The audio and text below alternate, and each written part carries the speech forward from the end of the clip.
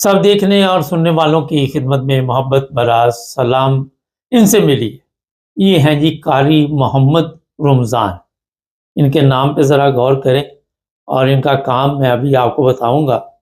ये जो कारी वहाँ पे लोगों को कुरान मजीद पढ़ाते हैं, मदरसों में आपको आम मिलेंगे। ये कारी साहब जो हैं, इनका तल्लुक रायवंड से है। रायवंड में मदरसे में कुरान मजीद पढ़ाते थे और वहाँ पे इन्होंने एक बच्चे के साथ ज़्यादती की तो कई बच्चों के साथ होगी, लेकिन उस बच्चे के साथ जब इन्होंने ज़्यादती की तो इन्हें ख्याल आया कि कहीं ये बच्चा जो है ये बता ना दे। ज़ाहिर है कई बच्चे खामोश रहते होंगे, कई बच्चों के वालिदैन इज़्ज़त की खातिर खामोश रहते होंगे और उनको ये मुख्तलिफ़ तरीक़ों से डराते भी होंगे। और डराते यही हैं कि आपने अगर कोई नाम लिया तो आपके ऊपर अज़ाब आ जाएगा, ये आ जाएगा, वो आ जाएगा, ताकि पुलिस के पास ना जाए। लेकिन उस बच्चे को फिर उन्होंने ऊपर से बलाई मंजिल से नीचे गिरा दिया और वो बच्चा ज़ख्मी हो गया। उसे फिर हॉस्पिटल लेके गए। हॉस्पिटल लेके जाने के बाद वो ज़ाहिर ज़िंदगी की बाजी कल हार गया और ये कारी साहब अब जेल में। जो बात आपको मैं बताना नहीं चाहता हूँ, कई प्रोग्रामों में मैं इसका ज़िक्र करता रहता हूँ। मकसद ये होता है जब भी कोई नया वाक़या होता है तो लोगों को याद दहानी करानी पड़ती है, लेकिन उससे सबको तो नहीं अक्ल आ सकती। जिस तरह पूरी दुनिया में सबको एक दफ़ा मौत नहीं आती, इस तरह सबको अक्ल भी नहीं आती। और ये जो सादा लोग हैं वो अपने बच्चों को इन कारियों के हवाले कर देते हैं।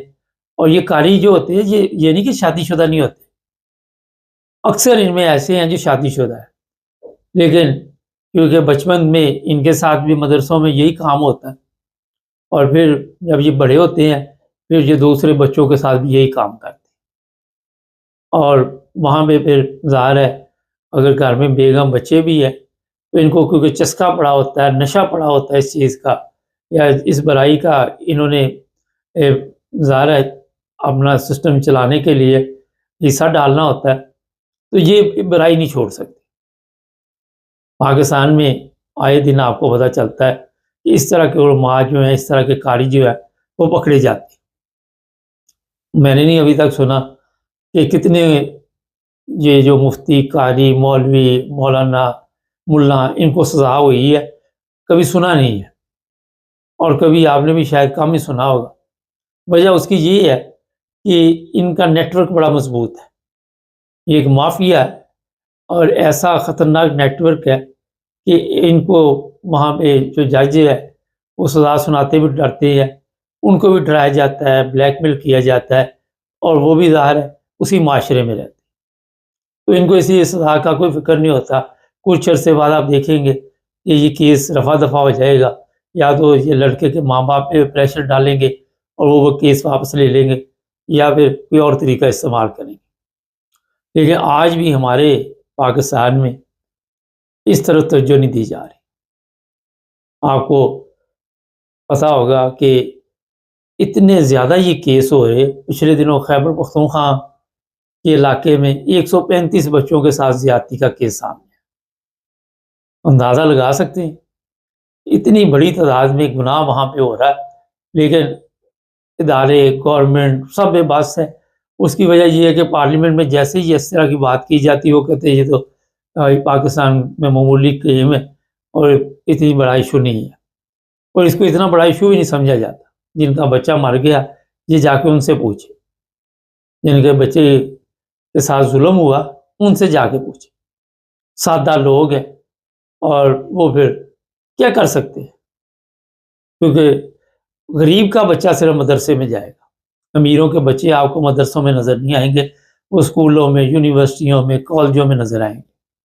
गरीब माँ बाप अपने बच्चों को इन मौलवियों के हवाले कर देते हैं और मौलवी फिर जो मर्जी इनके साथ सलूक, इतना इतना ख़तरनाक तशद्दुद करते हैं जिसका आप अंदाज़ा भी नहीं लगा सकते। पिछले दिनों एक वीडियो मेरी नज़र से, कई वीडियो गुजरती है, वो उसको लटा के नंगा करके उसके ऊपर तशद्दुद किया जा रहा है। आए दिन इस तरह के वाक़यात, मगर वहाँ पे इंसानी हकूक़ की तंजीमें, क्योंकि वो भी खामोश हैं, वो भी सत्तू पी के सोई हुई हैं। हमारे कवानीन जो है वो भी इसी तरह की। आज ही एक मैं दरख्वास्त देख रहा था किसी की, وہ چیف جسٹس کو خط لکھ رہا تھا کوئی، تو میں نے کہا کہ اسی کو خط لکھنے کا کوئی فائدہ ہے؟ اس کی کوئی ویلیو ہے چیف جسٹس کی؟ یہ تو انسان ہی نہیں وہاں پہ عدالتوں میں بیٹھے ہوئے۔ اگر وہاں پہ انسان بیٹھے ہوتے اور لوگوں کو سزا ملتی تو ظاہر اس طرح کے جو کیس ہیں وہ کم ہوتے۔ 1 کروڑ سے زیادہ لڑکیاں وہاں پہ بیٹھی ہوئی ہیں جن کی شادیاں نہیں ہوئی، جو صحیح راستہ وہ اختیار نہیں کرتے، اور کوئی ایسا وہاں پہ سسٹم نہیں چلا کہ ایسی لڑکیوں کے ساتھ شادیاں کی جائیں، ایسے لوگوں کی جو اس طرح کے گناہ کرتے ہیں تاکہ یہ گناہ سے بچے اور لوگوں کے گھر بھی آباد ہو جائے۔ لوگوں کی خواہشیں اتنی بڑھ چکی ہیں کہ وہ چھوٹے موٹے اس طرح کے کاری کو تو لڑکیاں منہ بھی نہیں لگاتی، اپنے جیسے مرضی ان کے حالات۔ 35 سال سے عمر کی لڑکیوں کی میں بات کر رہا ہوں، چھوٹی عمر کی پتہ نہیں کتنی ہے وہاں۔ لیکن جو ماں باپ ہے وہاں پہ ان کو میں یہ کہوں گا کہ دیکھو، آج میں ہر پروگرام میں اس چیز کی توجہ دلاتا ہوں، شاید نئے سننے والے کسی کے ذہن میں یہ چیز آ جائے اور وہ اس سے فائدہ اٹھائے کہ آن لائن قرآن مجید اپنے بچوں کو پڑھائیں۔ خواتین بڑی تعداد میں جو قرآن مجید پڑھاتی ہیں ان سے رابطہ قائم کریں۔ یہ مدرسے وغیرہ یہ آپ کو کوئی ایسا رزلٹ نہیں دے رہے، اور سمجھدار قومیں جو ہوتی ہیں وہ دیکھتے ہیں کہ جناب ایک غلط رزلٹ ملا ہوا ہے، ایک غلط نتیجہ نکل رہا ہے، تو ہم کیوں نہ اپنا راستہ تبدیل کر لیں۔ لیکن ہماری بدقسمت قوم، ان کے دماغ چھوٹے اور سوچ محدود، وہ اس قابل ہی نہیں چھوڑے کہ وہ اپنے کسی فیصلے کو غلط یا صحیح کو وہ ماننے کے لیے تیار ہو۔ ان کے نزدیک علماء نے ایسا ان کے دماغوں میں گھول کے ڈالا ہوا ہے کہ ان کو صحیح کا یا برے کا پتہ ہی نہیں چلتا۔ یہ اس قوم کی حالت بن چکی ہے۔ لیکن پھر بھی اپنے بچوں کو دیکھیں، اب جس کا بچہ چلا گیا وہ تو چلا گیا، قاری تو آ جائے گا سال 6 ماہ بعد، 2 سال بعد باہر، 5 سال بعد آ جائے گا، کیونکہ نون لیگ کی گورنمنٹ ہے وہاں پہ اور پرائیویٹ کا علاقہ ہے، کوئی اتنا بڑا ایشو نہیں۔ لیکن اس طرح کے واقعات میں کمی نہیں ہوگی۔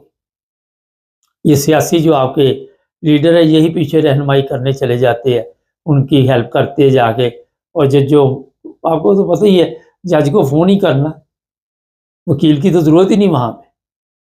اور جج کو آپ نے جو کہنا اس نے کہنا ٹھیک ہے، میں کوئی نہ کوئی دفعہ ایسی کے تحت فیصلہ دے دوں گا، آپ بے فکر رہیں۔ سرکاری وکیل کو بھی کہہ دینا، اور اسی طرح کوئی عدالتوں کا رزلٹ بھی نہیں نکل رہا۔ اپنے بچوں کو ان علماء سے بچائیں، خدا کا واسطہ۔ کیوں اپنے بچوں پہ ظلم کرتے ہیں؟ جب بچہ پیدا ہوتا ہے کتنی خوشی آپ لوگ مناتے ہیں، مگر پھر ان بیڑیوں کے حوالے کر دیتے، ان درندوں کے حوالے کر دیتے۔ دیکھے جا کے ان کے، آپ وہ جب اسلام آباد میں فضل الرحمان کے وہ جو لڑکے آئے تھے ان کی حالت دیکھنی تھی کہ وہ جانور لگ رہے تھے، ان میں انسانیت نام کی کوئی چیز نظر نہیں آ رہی تھی۔ ان کی حرکتیں دیکھنی تھی، جس طرح وہ سپریم کورٹ کی دیواروں پہ چڑھ رہے تھے، جس طرح وہ جھولے توڑ کے چلے گئے، ان کو پتہ ہی نہیں تھا کہ دنیا کیا ہے۔